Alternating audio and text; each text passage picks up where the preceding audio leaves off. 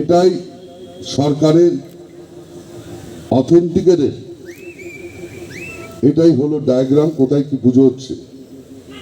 আমি আপনাদের অনুরোধ করব আপনাদের মাধ্যমে, যাতে দেশের বিভিন্ন প্রান্ত থেকে যারা আসে তারা যাতে বিভ্রান্ত হয়ে, এখানে আরো 3-4টে নাকি এরকম ম্যাপ রিলিজ হয়, সেগুলো কিন্তু গভর্নমেন্ট অ্যাপ্রুভ নয়।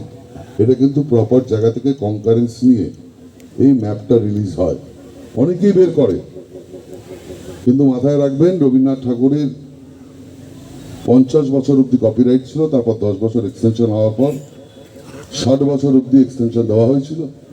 তারপরে কিন্তু এখন বিভিন্ন পাবলিশার রবীন্দ্র রচনাবলী বিক্রি করে, কিন্তু যারা সত্যি রবীন্দ্র রচনা পড়তে ভালোবাসেন, রবীন্দ্রনাথের কবিতা ভালোবাসেন, তারা কিন্তু এখনো ওই রবীন্দ্র ভারতীর পাবলিকেশনটাই পড়েন, তারা কিন্তু অন্য পাবলিশারদের পড়েন না।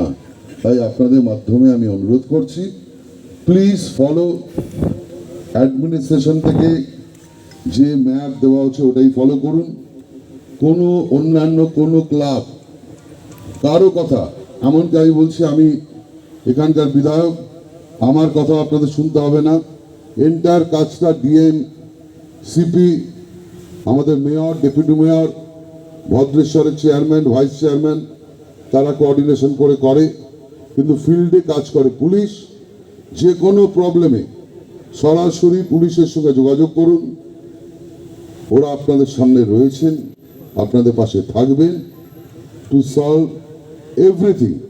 আর কারো কথায় কোনো ক্লাবের, কোনো পৌরপিতা, কোনো পৌরমাতা, কোনো এমআইসি, কোনো রাজনৈতিক নেতার কথায় আপনারা বিভ্রান্ত হবেন না।